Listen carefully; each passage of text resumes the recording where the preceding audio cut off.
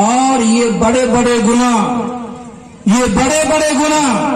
جن کے بارے میں آقا مدنی جناب محمد رسول اللہ صلی اللہ علیہ وسلم نے فرمایا کہ یہ گناہ ایسے ہیں کہ جب تک انسان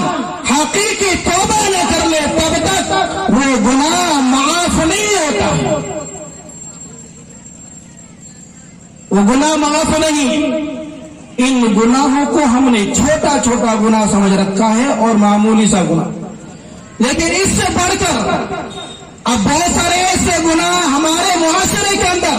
ایسی برائیاں جو ہمارے معاشرے کے اندر آج سے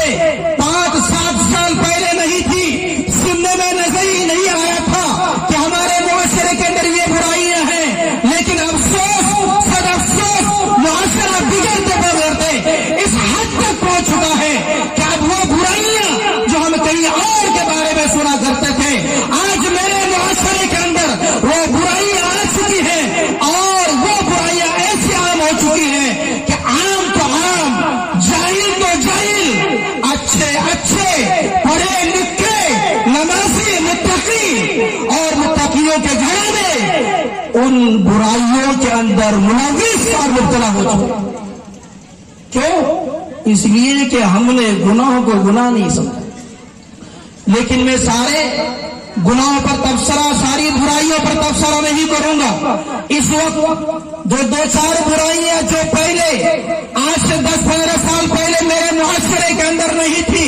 وہ برائیاں جو جنم لے رہی ہیں، اور وہ برائیاں جو پروان چڑھ رہی ہیں، جو برائیاں مضبوط ہو رہی ہیں، جن برائیوں کو ہم اور آپ آگے بڑھا رہے ہیں، جس طرح سے آج ہم لوگ دنیا کے اعتبار سے ترقی کر رہے ہیں، اسی طرح سے ان برائیوں کو بھی ترقی دے رہے ہیں۔ میں ان میں سے 2-4 برائیوں کو اپنے آپ کے سامنے رکھوں گا اور پیش کروں گا، اور آج سے میں آپ کے سامنے یہ عہد لینا چاہتا ہوں اور یہ عہد کرنا چاہتا ہوں، اور مجھے یہ امید ہے کہ آج ہم اور آپ اس اصلاح معاشرے کی مجلس کے اندر اللہ اور اللہ کے رسول کا خوف لے کر بیٹھیں گے ہوئے ہیں، تو پھر انشاءاللہ ہمارا یہ عزم ہمیں فائدہ پہنچائے گا اور ہمارے معاشرے سے وہ برائیاں دور ہو جائیں گی۔ شرط یہ کہ آج ہم یہ عزم کر لیں کہ جو باتیں کہی جائیں گی، جو باتیں بتائی جائیں گی، ان باتوں پر عمل کیا جائے گا۔ میرے بزرگوں، آپ کو معلوم ہے اللہ کے نبی جناب محمد رسول اللہ صلی اللہ علیہ وسلم کو اس دنیا کے اندر بھیجا کیوں گیا؟ کیوں اللہ کے نبی کو اللہ نے دنیا کے اندر بھیجا؟ اس لیے کہ اللہ تبارک و تعالیٰ نے جب انسان کو اس دنیا کے اندر پیدا کیا، جہاں اللہ تبارک و تعالیٰ کا مقصد دنیا کے اندر انسان کو پیدا کرنے کا، بلکہ کائنات کو پیدا کرنے کا یہ مقصد تھا کہ انسان دنیا کے اندر اللہ تبارک و تعالیٰ کی خلافت کرے، اللہ کی نیابت کرے، وہیں پر اللہ تبارک و تعالیٰ تھا۔ دوسرا مقصد اللہ تبارک و تعالیٰ کی عبادت، اللہ تبارک و تعالیٰ کی فرما برداری، اللہ تبارک و تعالیٰ کی فرما برداری کرنا اور اللہ تبارک و تعالیٰ کی عبادت کرنا، یہ اللہ تبارک و تعالیٰ کے احکام کو، اللہ کے حکم کو اپنی زندگیوں کے اندر اتارنا، یہ اللہ تبارک و تعالیٰ کا مقصد۔ لیکن اللہ کو یہ معلوم، اللہ عالم الغیب، اللہ انسان کے رگ رگ سے واقف ہے، اللہ تبارک و تعالیٰ کو معلوم تھا، اس لیے میرے رب نے پہلے ہی دن حضرت آدم علیہ السلام کو پیدا کیا، ساتھ ہی ساتھ نبی بھی بنا دیا، اس لیے کہ نبوت کے بغیر، نبی کے علم کے بغیر، نبی کی رہنمائی کے بغیر انسان کی رہنمائی ہو نہیں سکتی ہے۔ انسان کو دنیا اور آخرت کی کامیاب والی زندگی نہیں مل سکتی ہے۔ اس لیے اللہ تبارک و تعالیٰ نے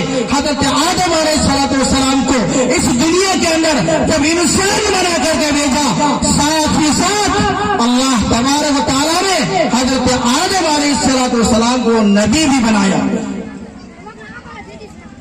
اور نبوت کا یہ سلسلہ چلتا رہا۔ دنیا میں جب بھی رہا نبی کو اللہ تبارک و تعالیٰ نے بھیجا۔ بات لمبی ہو جائے گی، آخر میں ہمارے آقا جناب محمد رسول اللہ صلی اللہ علیہ وسلم کو بھیجا۔ اللہ کے نبی صلی اللہ علیہ وسلم جس زمانے میں آئے وہ زمانہ جاہلیت کا زمانہ تھا، برائیوں کا زمانہ تھا، ظلم زبردستی کا زمانہ تھا، ناانصافی کا زمانہ تھا۔ اللہ کے حبیب آئے، اللہ کے حبیب نے لوگوں کو اللہ کی طرف بلایا، اب لوگوں نے اپنی مرضی پر چلنا چھوڑ دیا. کیوں؟ اللہ کا نبی اللہ کا پیغام لے کر کے آ گئے. آپ تاریخ پڑھیں، سیرت پڑھیں، نبی کریم صلی اللہ علیہ وسلم کی زندگی کا مطالعہ کریں، میرے بزرگوں کو معلوم ہو جائے گا جن برائیوں کو میرے نبی نے ختم کیا تھا آقا کے آنے سے پہلے، جو برائیاں معاشرے کے اندر تھی اور جن برائیوں کو نبی نے ختم کیا تھا، آج افسوس اسی نبی کی امت کے اندر، اسی نبی کا ایک امتی، اسی نبی کا ایک فرد اپنے معاشرے کے اندر ان برائیوں کو جنم دے رہا ہے. آج افسوس کے ساتھ کہنا پڑتا ہے. مثال کے طور پر آج جو برائیاں عام ہو رہی ہیں ان میں سے ایک برائی جو ابھی میرے کانوں میں آئی اور کئی سال پہلے اس پر تھوڑی سی کوشش بھی کی گئی تھی اور پورے علاقے کے اندر اس برائی کے بارے میں گاؤں گاؤں کریا ہر گاؤں میں جا کر کے مجلس تحفظ شریعت کے میرے پڑے ہم نے لوگوں کو بتایا تھا، اے نوجوانوں تمہاری ضرورت ہے. آج دنیا کی تاریخ یہ بتاتی ہے، دنیا کی تاریخ بتاتی ہے اگر معاشرے کو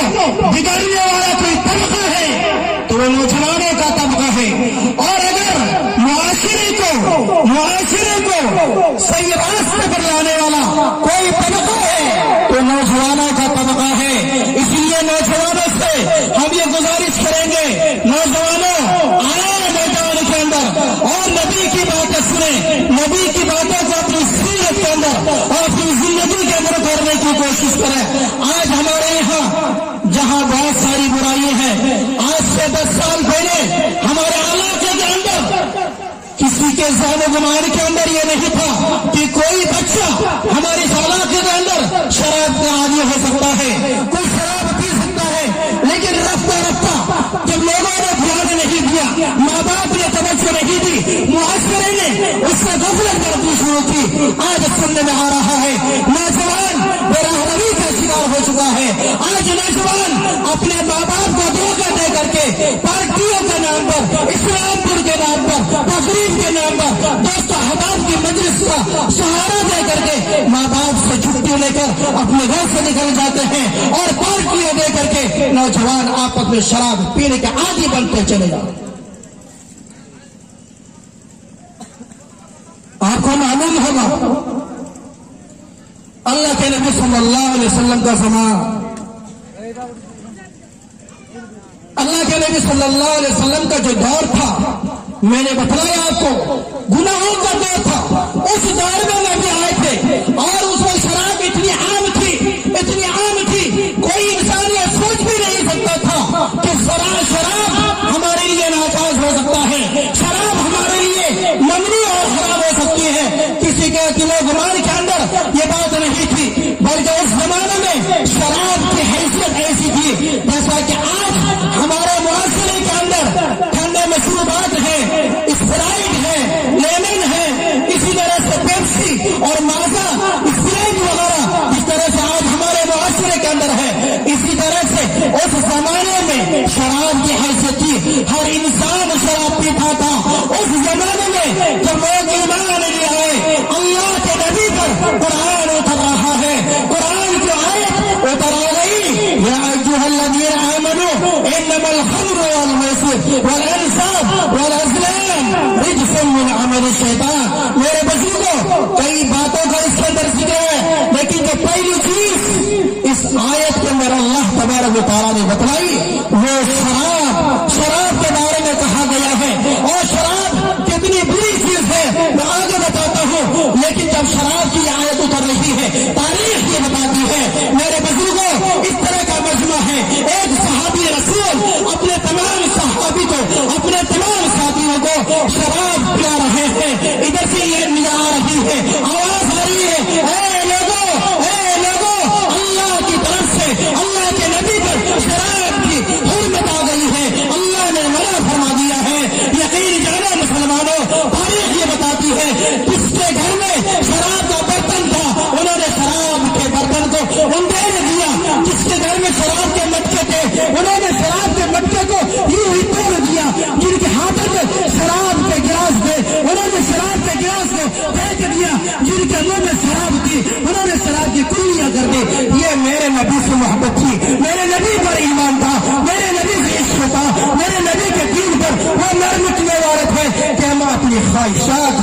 نبی کے حکم پر قربان کر دو۔ آج باتیں سن لیتے ہیں، تقریریں ہو جاتی ہیں اور مجلس تک باتیں رہ جاتی ہے۔ نوجوانوں کو سامنے آنے کی ضرورت ہے۔ نوجوان اگر سدھر جائے، نوجوان اگر آج دل کے اندر اس بات کا عزم کر لے کہ آج پورے علاقے سے، پورے معاشرے کے اندر جہاں پر ہم کسی کے ساتھ ایک معاملہ ہوتا دیکھیں گے، ان کا ساتھ نہیں دیں گے، ان کے گھر والوں تک بات پہنچائیں گے، ان کو روکنے کے لیے ہم میدان میں آئیں گے، کمیٹیاں بنائیں گے اور پوری کمیٹی مل کر کے ان کے خلاف کوششیں کریں گے۔ آج کا نوجوان اگر کھڑا ہو جائے، میرے بزرگوں، اللہ کے نبی صلی اللہ علیہ وسلم نے فرمایا کہ شراب تمام برائیوں کی جڑ ہے، تمام برائیوں کی جڑ ہے۔ اللہ کے نبی صلی اللہ علیہ وسلم کا دور ختم ہو چکا ہے۔ نبی کریم صلی اللہ علیہ وسلم دنیا سے رخصت فرما گئے۔ حضرت ابوبکر صدیق رضی اللہ تعالیٰ عنہ خلیفۃ المسلمین ہیں۔ حضرت عمر فاروق رضی اللہ، حضرت ابوبکر صدیق رضی اللہ تعالیٰ عنہ نے اپنے تمام صحابہ کرام کو بلایا اور ایک مجلس منعقد کی اور صحابہ کرام سے یہ رائے معلوم کی کہ آپ میں سے ہر ایک اللہ کے نبی کے صحابی ہیں، اللہ کے نبی کا آپ لوگوں کے ساتھ اٹھے اور بیٹھا ہوا، اگر کسی کو یہ معلوم ہو کہ میرے نبی نے دنیا کی سب سے بڑی برائی کو بیان کیا ہے، وہ بتلا دیں۔ صحابہ کرام کی مجلس لگی ہوئی ہے، حضرت ابوبکر صدیق موجود ہیں، حضرت عمر فاروق موجود ہیں، حضرت عثمان غنی موجود ہیں، حضرت علی موجود ہیں رضی اللہ تعالیٰ عنہم اجمعین۔ صحابہ کرام کی جماعت ہے۔ حضرت عبداللہ ابن عمر رضی اللہ تعالیٰ عنہ نے یہ کہا کہ حضرت عبداللہ بن عمر بن عاص رضی اللہ تعالیٰ عنہ کو اس سلسلے کی حدیث معلوم ہے۔ اب وہاں پر ایک میں کمیٹی تشکیل دی گئی اور حضرت عبداللہ بن عمر رضی اللہ تعالیٰ عنہ کو اس کی تحقیق کے لیے بھیجا گیا اور آخرکار حضرت عبداللہ بن عمر بن عاص رضی اللہ تعالیٰ عنہ نے آ کر کے یہ گواہی دی کہ میرے نبی کریم صلی اللہ علیہ وسلم کو یہ فرماتے ہوئے سنا کہ شراب، یعنی یقول رسول اللہ صلی اللہ علیہ وسلم الخمر ام الفواحش، الخمر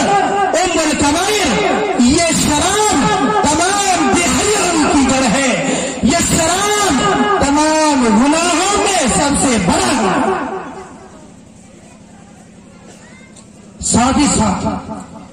انہوں نے ایک حدیث نبی کریم صلی اللہ علیہ وسلم کی روایت کی جس کے اندر نبی کریم صلی اللہ علیہ وسلم نے فرمایا، بنو اسرائیل کا ایک واقعہ، اس کے اندر نبی کریم صلی اللہ علیہ وسلم نے فرمایا کہ بنو اسرائیل کا ایک بادشاہ ایک آدمی کو بلا کر یہ کہتا ہے کہ دیکھ، تجھے 4 چیزوں میں سے، 4 کاموں میں سے ایک کام کرنا ہے، 4 کاموں میں سے ایک کام کر، اور اگر ان 4 کاموں میں سے کسی ایک کام کو نہیں کرے گا تو تجھے قتل کر دیا جائے گا۔ وہ 4 کام کیا تھے؟ نمبر 1، یا تو شراب پی لے، شراب پی۔ نمبر 2، یا پھر تو کسی انسان کو جو بالکل بے گناہ اور بے قصور ہے اسے قتل کر۔ تیسرا کام،